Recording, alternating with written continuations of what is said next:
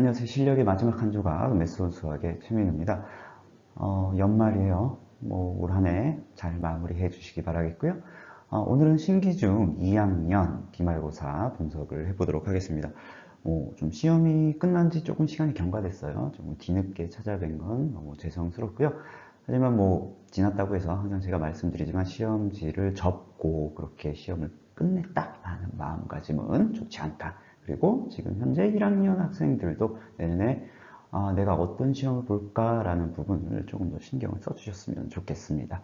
자, 그러면 목차 보시고 시작을 해보도록 하겠습니다.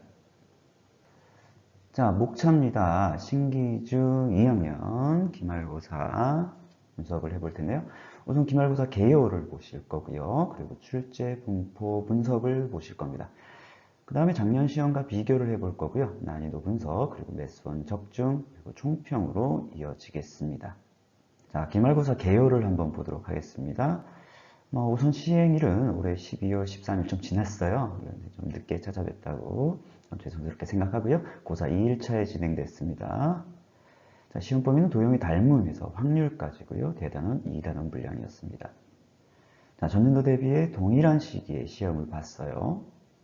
자, 전반적으로 시험 2일차이기 때문에 그렇게 부담스러운 날짜는 아니었을 거라고 보고요. 한양 매년 같은 시기에 거의 시험을 봐요. 특히 기말고사 같은 경우에는 같은 시기에 시험을 본다라는 부분 학생 여러분들이 알고 계셨으면 좋겠습니다.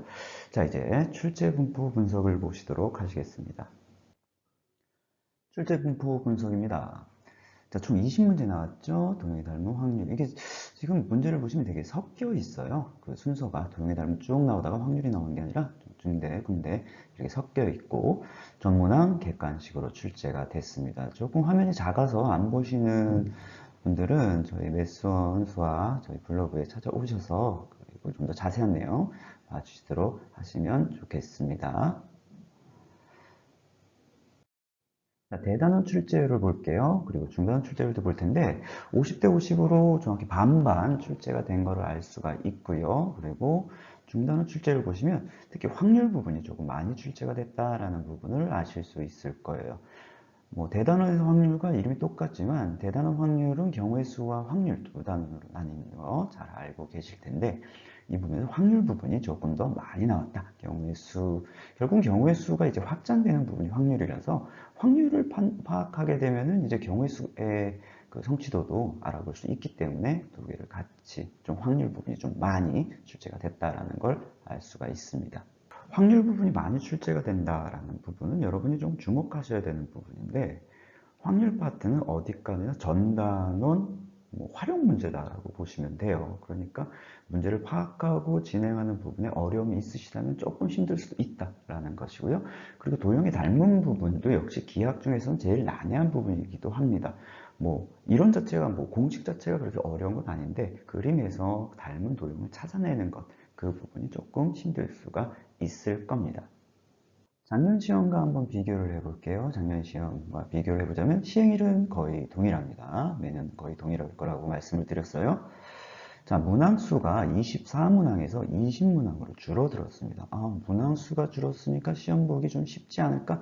자, 오산이죠. 문항수가 줄어든다는 것은 그만큼 적은 문항 안에서 중복된 사항을 분석을 하겠다라는 얘기이기 때문에 문제 하나하나가 조금 난이도가 올라갈 수 있다는 거 알 수가 있습니다.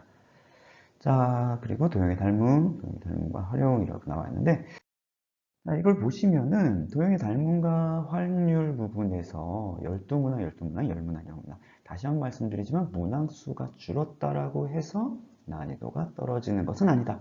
이 부분 잘 기억해 주시기 바래요. 사실 문항수가 줄어든다면 우리 학생들이 조금 시험을 만만하게 보는 경향들이 있어요. 시험 문제 적게 나왔으니까 쉽겠다. 시간 남겠다. 그런데 문항수를 줄인다는 건 한 문항에서 여러 가지 이론을 중첩시켜서 파악을 하겠다는 얘기가 됩니다. 그러니까 조금 문제 난이도가 올라갈 수가 있어요. 이 부분을 간과하시면 안 된다는 거죠. 이 부분을 간과하지 말고 문제 하나하나의 이론을 정확히 파악하셔서 진행하셔야 된다. 이 부분을 좀 말씀드리고 싶네요. 난이도 분석을 보도록 하죠. 자, 전반적으로 이제 중난이도 그리고 일반 문항이 많이 출제됐습니다. 그런데 이게 지금 이 단원 안에서 중난이도라고 보시면 돼요. 왜냐면 분명히 말씀드렸다시피 도형의 닮음이나 그리고 확률은 그렇게 쉬운 파트가 아닙니다. 그러니까 쉽지 않은 파트이기 때문에 이 부분을 만만히 보고 중이 많다라고 해서 되게 괜찮았겠네. 이거는 오산이라는 거죠. 특히 아까쯤에 보셨다시피 문제가 조금 섞였어요. 도형의 닮음이 쭉 나오고 확률이 나오는 게 아니라 도형의 닮음, 확률, 닮음, 확률. 자, 이렇게 나오니까 학생들이 조금 좀 곤란해지죠. 자기가 이거 쭉 하다가 보통 이제 문제집도 그런 식으로 공부하잖아요. 쭉 하고 쭉 공부하다 보니까 얘가 섞이면 빠르게 기민하게 대처를 못하게 됩니다. 그러니까 난이도가 이렇다고 해서 그렇게 쉬운 시험은 아니었다라고 볼 수가 있겠네요. 난이도 부분이 그렇다고 해서 쉽지 않다. 이게 지금 말씀을 드리는 건 분명히 2학년 2학기 기말고사 파트는 쉬운 파트가 아니에요. 기하학적으로나 그리고 확률적으로나 쉬운 파트가 아니고 그대로 고등부로 직결될 수 있는 파트이기 때문에 학생 여러분들이 조금 더 집중해서 보셔야 된다라고 생각이 듭니다.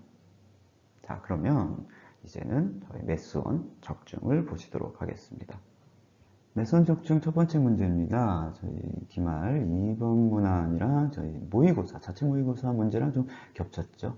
자, 지불하는 방법의 수예요. 지불하는 방법의 수이기 때문에 이런 문제는 좀 표를 만들어서 접근하시는 게 좀 편해요. 그냥 얼마다 라고 접근하지 말고 표를 만들어서 접근하는 방법 학원에서 수차례 훈련을 시켰던 문제입니다. 선생님 두 번째입니다. 지금 보신 바와 같이 둘 다 A의 닮음이에요. 자, 이게 A의 닮음 찾기는 쉬워요. 각 두 개가 같으니까 찾기는 쉬운데 학생들이 그냥 찾고 난 다음에 문제로 바로 들어가는 성향이 있기 때문에 이론을 물어봤죠. 지금 비교하고 제대로 도형의 닮음을 표현했느냐, 제대로 대응변을 보고 있느냐. 즉 문제를 기계적으로 풀지 말고 이론을 정확히 이해해서 접근해봐라 라는 메시지를 주고 있는 문제라고 봅니다. 자, 레슨 적중 세 번째 문항입니다. 8번 문항이랑 겹쳤는데요. 여기는 지금 단순하게 보지 말고 이 안에서 닮은 관계가 지금 두 개가 보이거든요. 삼각형 BCD와 삼각형 BGE, 삼각형 AEF와 삼각형 ADC. 자, 이렇게 중첩된 닮은 도형을 있는데 이 비율을 계속 다음 걸로 다른 닮은 도형에 이율시켜서 계속 지켜보아라 라고 하는 문제. 예를 들면 이 문제는 이제 X를 먼저 구한 다음에 Y를 구하게 되겠죠. 닮은 B를 계속 지켜보면서 진행을 하는 문제가 되겠습니다. 네, 선적 중입니다. 자, 외곽의 이등선인데요. 죄송합니다. 외곽의 이등선 부분에서는 이 외곽의 이등선 공식 자체는 되게 쉬워요. 뭐 A, 지금 보이는 것 같이 AB 대 AC는 BD 대 BCD다라는 걸로 접근해서 풀면 되는데 한 번 더 똑같죠? 지금 넓이는 알고 있느냐라는 거죠. 지금 아까도 말씀드렸지만 문제수가 줄었기 때문에 문제 이론을 중첩시킨다라고 말씀을 드렸어요. 그러니까 이 문제는 외곽의 이등분선 플러스 밑변의 길이 B, 높이가 같은 두 삼각형의 밑변의 길이 B가 넓이에 비해 직결된다라는 부분을 이해하고 있는가를 물어보고 있습니다. 레슨 적중했습니다. 레슨 적중입니다. 자, 이 문제는 예를 들면 이런 식이에요. 뭐 앞면이 나오고 뒷면이 나오고 이걸 좀 식으로 생각해 주셔야 된다는 거죠. 앞면이 나오면 플러스 1이고 뒷면이 나오면 마이너스 1이다. 즉 A는 플러스 1이고 B는 마이너스 1입니다. 즉 A가 몇 개고 B가 몇 개여야지 합이 2가 되느냐를 먼저 알아낸 뒤에 이때 그렇게 되면 어떻게 되겠어요? 합이 2에 가려면 당연히 앞면 A가 3번, 뒷면 B가 1번 나오겠죠. 즉 3번 1번입니다. 그리고 이놈에 대해서 우리가 이렇게 생각을 해야겠죠. 3번 1번인데 앞에 뒤냐 앞에 뒤냐 앞이냐 이거를 좀 따져 주셔야 된다는 거죠. 물론 고등학교 가시면 여기에 대한 공식을 배우시겠지만 중학교 수준에서는 그냥 단순하게 따져 주시는 게 더 편하게 계산할 수 있습니다. 매선 적중됐습니다. 네, 선적 중입니다. 자, 이 문제는 좀 어렵게 보면 어렵게 가고요. 쉽게 가면 쉽게 갈 수 있는데, 좀 쉽게 접근해 주셔야 돼요. 19번 문제, 신기중 19번 문제 보신다면, A, B, E와 지금 누가 닮았어요? F, D, E가 닮았기 때문에 그대로 닮은 B를 적용해서 ED, DF 등의 길이 B를 알아내고, 그러고 난 다음에 그냥 넓이 B로 접근하시면 돼요.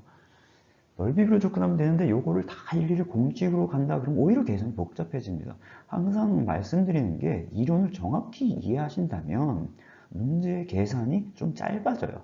계산은 실수가 나올 수 있기 때문에 최대한 계산을 짧게 가셔야 됩니다. 이런 부분 좀 신경 써야 되는 문제. 레슨 적중됐습니다. 레슨 적중 15번 문항입니다.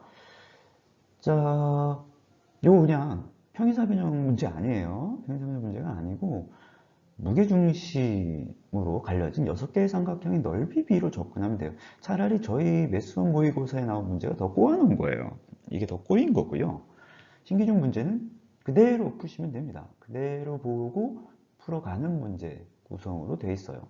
그러니까 여기에 너무 어려움을 느끼지 말고 진행해 주셨으면 좋겠네요. 자, 총평을 해보죠. 기본적으로 신기 중의 문제 난이도는 그렇게 높진 않았습니다만 점수를 따기는 쉽지 않았다라고 생각이 들어요. 왜냐하면 단원 자체가 그렇게 쉬운 단원은 아니었고, 그리고 좀 문제 수를 줄이면서 한 문제 안에 축약된 이론을 집어넣고요. 그리고 또 이제 문제가 섞여 있었다라는 거죠. 섞이다 보니까 어떤 학생들이 문제를 푸는 방향성을 중간에 잃을 수도 있었다라는 부분을 조금 신경이 쓰였습니다. 그래서 전반적으로 난이도가 높진 않았으나 점수 자체를 따는 것이 쉽지는 않았던 시험일 수 있다라고 말씀드리고 싶고요. 자, 범위 자체도 다시 한번 말씀드리면 쉬운 범위가 아니에요. 쉬운 범위가 아니기 때문에 몇 번 강조하자면 2학년 2학기 기말고사 범위는 쉽지 않습니다. 쉽지 않고요. 그리고 이 범위가 가장 고등학교에 많이 직결되는 부분이에요. 그래서 이 부분은 시험이 끝났다고 그러고 덮지 마시고 다시 한번 참고하고 분석하고 다시 후행학습을 진행해 보시는 것도 앞으로 여러분이 학습하는데 많은 도움이 될 겁니다. 자, 오늘 준비한 내용은 여기까지고요. 그리고 올 한 해 여러분 모두 수고하셨고요. 그리고 내년도 힘차게 달려가 보는 우리 학생 여러분들이 되시셨으면 고맙겠네요. 자, 지금까지 실력의 마지막 한 조각 레슨 수학의 최민우였습니다.